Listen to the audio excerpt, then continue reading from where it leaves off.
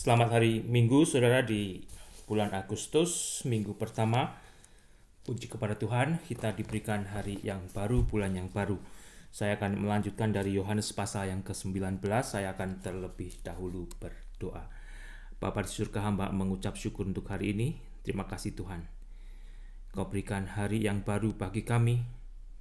Berikan juga hati yang kau perbaharui, sehingga kau juga boleh sempurnakan akan kehidupan kami di dalam anugerah-Mu dan pertolongan-Mu dan kasih-Mu. Untuk kami juga Tuhan pakai memuliakan Tuhan di dalam hidup ini. Berkati waktu kami, di dalam kami juga boleh membaca dan merenungkan firman-Mu Bapa. Berikan berkat sorgawi-Mu. Ampuni untuk segala dosa-dosa kami. Dalam nama Tuhan Yesus hamba boleh berdoa dan mengucap syukur. Amin. Yohanes pasal yang ke-19, saudara, saya akan membaca ayat 1 sampai dengan yang ke-7. Lalu Pilatus mengambil Yesus dan menyuruh orang menyesah Yesus. Prajurit-prajurit menganyam sebuah mahkota duri dan menaruhnya di atas kepalanya. Mereka memakaikan Yesus jubah ungu dan sambil maju ke depan mereka berkata, "Salam, hai Raja orang Yahudi." Lalu mereka menampar muka Yesus. Pilatus keluar lagi dan berkata kepada mereka, "Lihatlah, aku membawa Yesus keluar kepada kamu supaya kamu tahu bahwa aku tidak mendapati kesalahan apapun pada Yesus." Lalu Yesus keluar bermahkota duri dan berjubah ungu. Maka kata Pilatus kepada mereka, "Lihatlah manusia itu."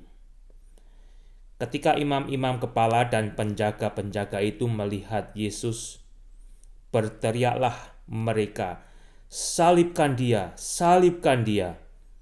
Kata Pilatus kepada mereka, "Ambil dia dan salibkan dia, sebab aku tidak mendapati kesalahan apapun pada Yesus." Jawab orang-orang Yahudi itu kepadanya, "Kami mempunyai hukum, dan menurut hukum itu ia harus mati, sebab ia menganggap dirinya sebagai anak Allah."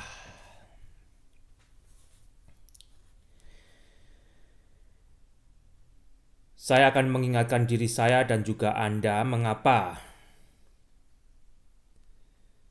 Yesus saat itu tidak melawan, tidak memberontak terhadap mereka yang menangkap Yesus, tetapi justru Yesus menyerahkan dirinya untuk segera ditangkap. Seperti perkataan Yesus di dalam Yohanes 18 ayat 36, beberapa ayat di atas sebelumnya, Yesus sendiri berkata, "Jikalau kerajaan Yesus bukan dari dunia ini."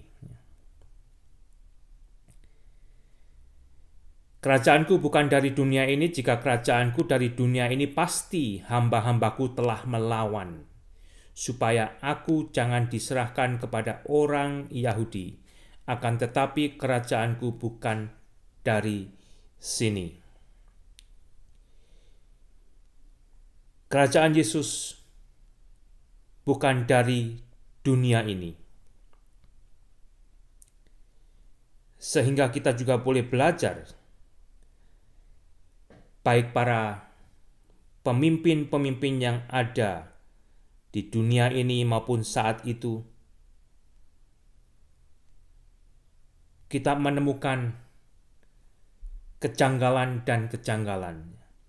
Meskipun Pilatus sendiri sudah menginterogasi Yesus, dia tahu kalau Yesus itu tidak bersalah, tetapi di sini kita juga membaca Pilatus masih membiarkan Yesus untuk diperlakukan yang tidak senonoh oleh prajurit-prajuritnya. Yesus dipermainkan oleh prajurit-prajuritnya. Yesus dibuli. prajurit-prajurit tersebut menganyam sebuah mahkota duri, bukan mahkota dari emas atau logam berharga, tetapi dari mahkota duri. Itu adalah satu tanda untuk mempermainkan Yesus, untuk mengejek Yesus, untuk membuli Yesus. Demikian juga jubah. Yesus diberikan jubah berwarna ungu. Kain warna ungu biasanya dimiliki oleh para bangsawan, kain bangsawan. Tetapi saat itu Yesus diberi jubah dengan kain bangsawan. Dan sambil maju ke depan, prajurit-prajurit itu berkata, "Salam, hai Raja orang Yahudi." Lalu mereka menampar muka Yesus. Dunia memperlakukan Yesus seperti itu. Mengapa? Mengapa? Karena dunia tidak mengenal kebenaran. Dunia tidak mengenal kebenaran. Meskipun Pilatus sudah menginterogasi Yesus dan Pilatus menemukan tidak ada kesalahan kriminal bagi Yesus, Pilatus juga tidak segera melepaskan Yesus. Saya dan saudara sebagai orang yang sudah ada di dalam kebenaran, seharusnya saya dan saudara tinggal dan mempraktekkan kebenaran. Tetapi dunia ini tidak di dalam kebenaran. Meskipun pula saya dan saudara dipanggil untuk menjadi saksi bagi kebenaran, memberitakan kebenaran dan mempraktekkan kebenaran. Di dalam saya dan saudara mempraktekkan kebenaran pun, kita bisa mendapat perlakuan seperti yang dialami oleh Yesus. Karena apa, saudara? Dunia ini tidak berada di bawah kebenaran Allah. Baik di dalam kelompok politik juga mereka mempunyai kebenarannya sendiri-sendiri. Tetapi saya dan saudara sebagai anak-anak Tuhan yang hidup di dalam kebenaran, entah kelompok politik mana Anda memihak dan berada, biarlah Anda juga didasari oleh kebenaran yang sudah Anda terima dari Allah di dalam Yesus Kristus. Kebenaran yang tidak mengikuti kebenaran dari dunia ini. Karena apa? Anda akan menjadi sama seperti dengan mereka. Nilai apa yang akan Anda tinggikan, Anda tunjukkan, bahkan Anda perjuangkan sebagai orang-orang yang sudah dibenarkan Allah untuk menyaksikan kebenaran Allah di dalam Yesus. Itu salah satu panggilan saya dan saudara, ya, hidup di dalam dunia yang kebenarannya sangat semu, ya. Tergantung siapa pemimpinnya, ya. Tergantung tujuannya kemana, ya. Jadi kebenaran itu bisa berbelok-belok, ya. Tergantung juga apa maksud Pilatus, ya, tidak segera melepaskan Yesus ketika Pilatus sendiri sudah menemukan jikalau Yesus tidak bersalah, ya, karena dia memerlukan dukungan oleh orang-orang Yahudi itu sendiri. Pilatus mencoba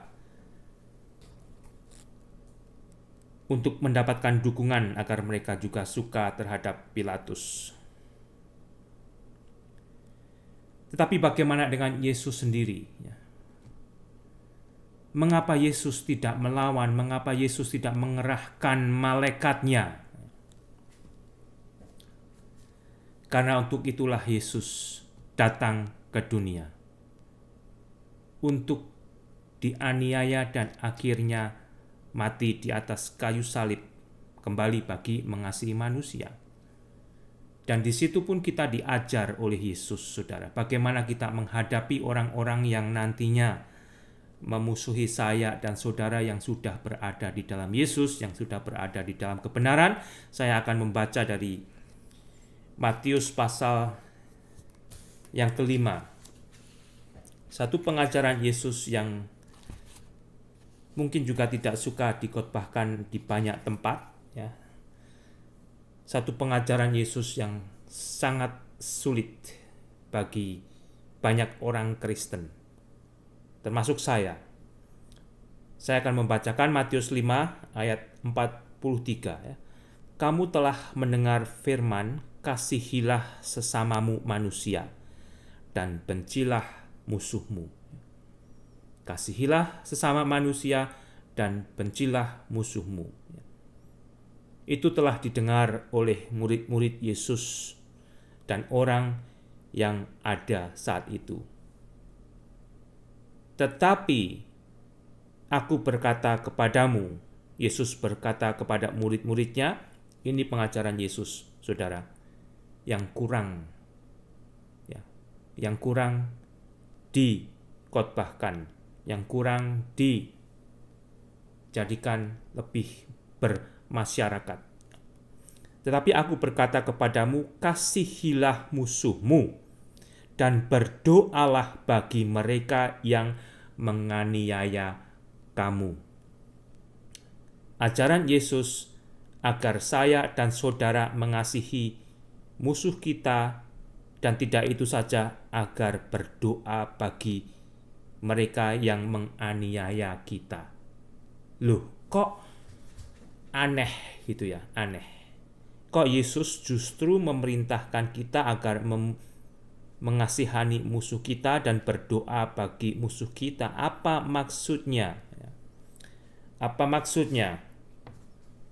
Karena dengan demikianlah kamu menjadi anak-anak Bapamu yang di sorga, yang menerbitkan matahari bagi orang yang jahat dan orang yang baik, yang menurunkan hujan bagi orang yang benar dan orang yang tidak benar. Ya. Perhatikan ayat 46, apabila kamu mengasihi orang yang mengasihi kamu, apakah upahmu? Apakah upahmu?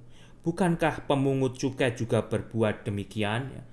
Apakah orang-orang yang licik itu juga tidak berbuat demikian? Ya, mereka saling mengasihi di antara kelompok mereka. Apa bedanya? Apa bedanya?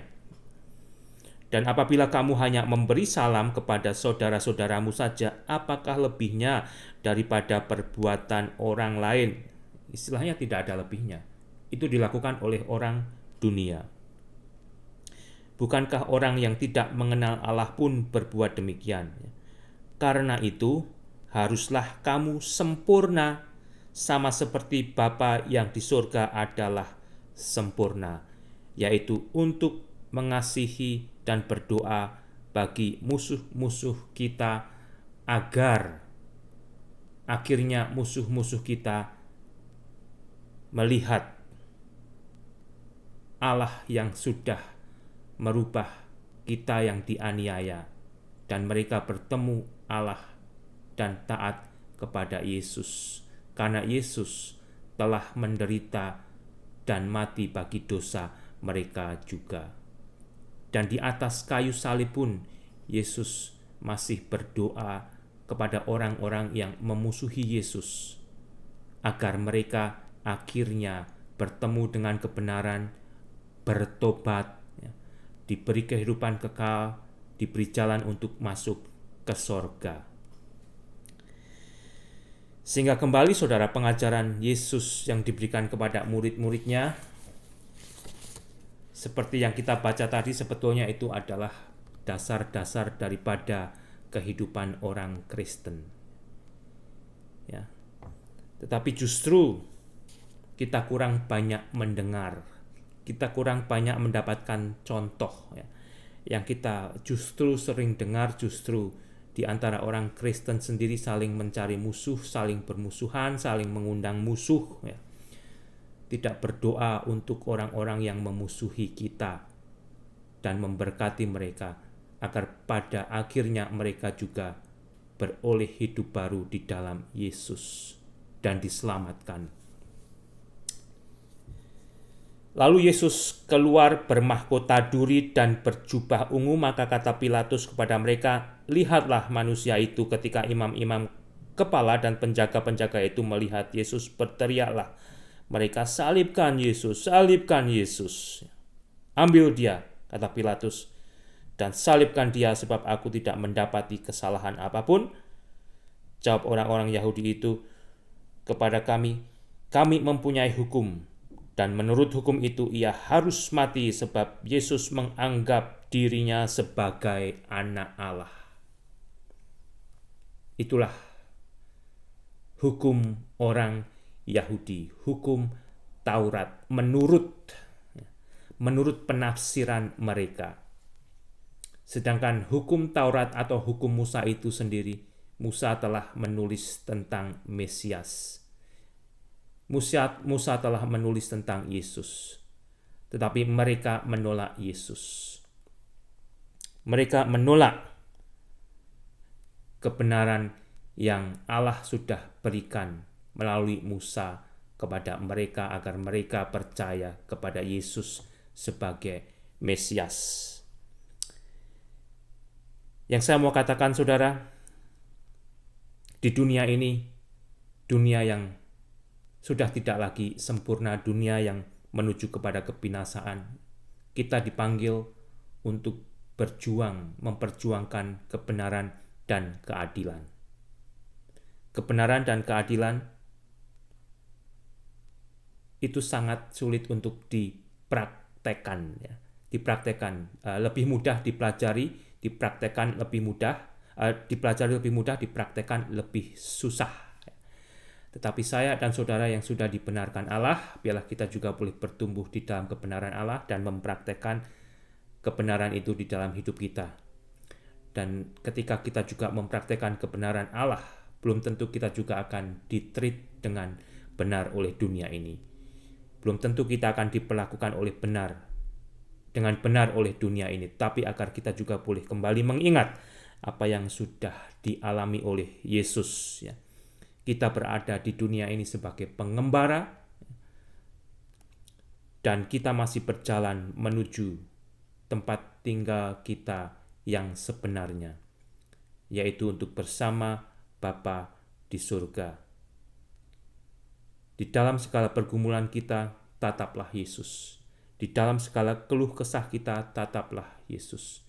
Justru sebenarnya nanti kekuatan orang Kristen itu akan tampak ketika kita dianiaya, ketika kita di dalam kesusahan, ketika kita berada diperlakukan yang tidak benar. Disitulah sebetulnya nanti kekuatan saya dan kekuatan saudara akan nampak. Sejauh mana sebenarnya kita memahami untuk hidup sebagai anak-anak Tuhan, untuk hidup sebagai pengikut Kristus.